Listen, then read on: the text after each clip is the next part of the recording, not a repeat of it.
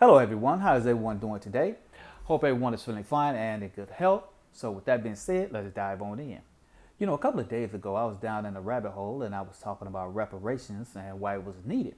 And so, a young man had commented and said that, the blacks already received reparations through governmental program. So that's that case closed, even Steven, because the government said so. And I was pondering about what this Daywalker has said, to which, Daywalkers are their biblical name. And I was thinking about a response until, ironically, an article popped up. And this article here, right? And this is a prime example to which many of these daywalkers believe that they can unplug from the crimes of their ancestors, to which they always say that I have never owned any slaves. That is true. But something else did own slaves. And let me explain this right here, because this right here is a prime example of everything. And I'm about to put the cherry on top with this article right here and the explanation of this daywalker. You see right here, you got the former state spokesman, Mac Miller, now says that Israel has committed crimes in Gaza, right? Out of that same body of his, on that same podium, he also said that Israel did not commit any war crimes on that same podium out of that same breath. So why is the flip flop? Right here, the young lady explained a lot of things. So I'm going to put, I'm just going to piggyback off of her. You see that right here, what is going on in his mind and in the minds of a lot of these daywalkers who try to play stupid and try to excuse themselves of the crimes of their ancestors, which they cannot. And here is the prime example of that, right? This is what's going on. You see, right here, this guy is saying basically when he was working for the Biden administration, he was on the clock, right? He was on the clock. He had a job description to do A, B, C, D, E, F, G. They gave him a script to say this and not to say that. Because while he's on the clock, he's getting paid. And by him getting paid on his clock, it was he was able to pay his mortgage, able to pay his rent, able to pay his car note, to insurance, able to feed himself and his children, mortgage, electricity bill, right? He was able to pay his bills because he was on the clock working for the United States government. And that was his job description, to say whatever the government wanted him to say, right? Because he was on the clock. Here, right, when he was doing his interview, he was no longer on the clock, right? So now he was able to, quote unquote, tell the truth about what had happened, that Israel was committing crimes. But this is what he said. This was the little exit that he gave himself.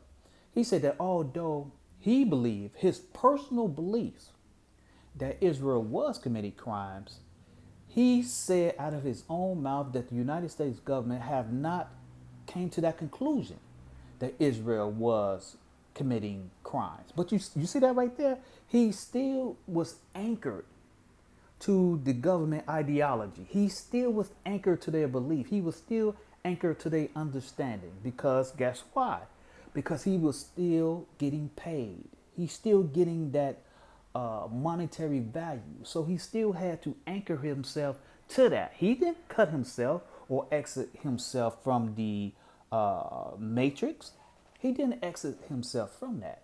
Although, because he said that those were my personal beliefs, but up under the belief of the America ideology, they didn't come to that conclusion. So ipso facto, I have nothing to do with it. I'm just going off of what they say, right? So whatever the government says, that's what it is. I'm just going to regurgitate what they say. But my own personal understanding, right, my own personal feeling is null and void. So I'm going to say what I got to say, and whatever the United States government says this, that's what they say. So it's like they're kind of teetering with that. So that's their exit plan. That 1 foot in, that 1 foot out. It kind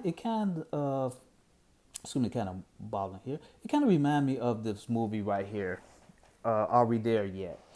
With Ice Cube, and he was building Ned right. He was building the house, right? So Ned right here, he sold Ice Cube this home, right? And he was the real estate agent. So he sold Ice Cube and Nita Long, that was their name, sold him this house. And so when he get to the house, right, he found out it was something wrong with the house. So down here, you can see at the bottom, he put on his contractor hat and he was telling Ice Cube, saying, hey, listen, you got problems with your house. And Ice Cube was saying to himself, right, saying like, well, whoa. He said, why didn't you tell me I had problems with this house? He said, well, I was the real estater right there, but now I got my contractor hat on. You know, you need A, B, C, D, E, F, G. Something is wrong with the house. So I'm your contractor and I'm telling you what's wrong with your house. So Ice Cube is flabbergasted. He looking at him like, hey, you the same guy. What is you talking about? Just because you put on a different hat, you is still the same guy. Why didn't you tell me? He said, well, I didn't have that hat on. So up under this hat, this jurisdiction, I'm a different person.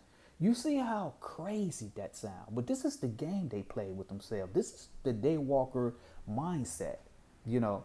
And so when he told Ice Cube up under the contractor hat down there, right, he told him that, guess what? You need an electrician, right? And so here he is right now at the utility box being a electrician. How crazy is that, right? The thought pattern of the mindset of wearing different hats, and you can kind of completely jump out of body to exempt yourself from one mindset to another mindset to another mindset, and you kind of pretty much excuse whatever happened when I have this hat on.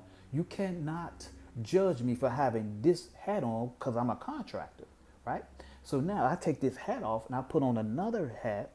I'm up under this jurisdiction here, regardless of I'm still the same person. This is the lunacy. This is the craziness. This is the thought pattern with these daywalkers, and it is strangely odd that you cannot be able to understand it because it's almost like they're crazy, right? But this is how they function. This guy right here is a prime example of many of thousands of them. And this is how their mindset is. 1 foot in, 1 foot out. You can't judge me what happened then because I had on a different hat. But one thing you cannot change. One thing is inescapable. This right here, right? This right here is very inescapable. That right there, right? That doesn't change hats. That doesn't change job description. That doesn't change your way of life, right? That doesn't change your way of life. What I mean by it doesn't change your way of life is your internal being, your essence on who you are. That doesn't change. This money right here was going on way back then, and it is still going on today, right?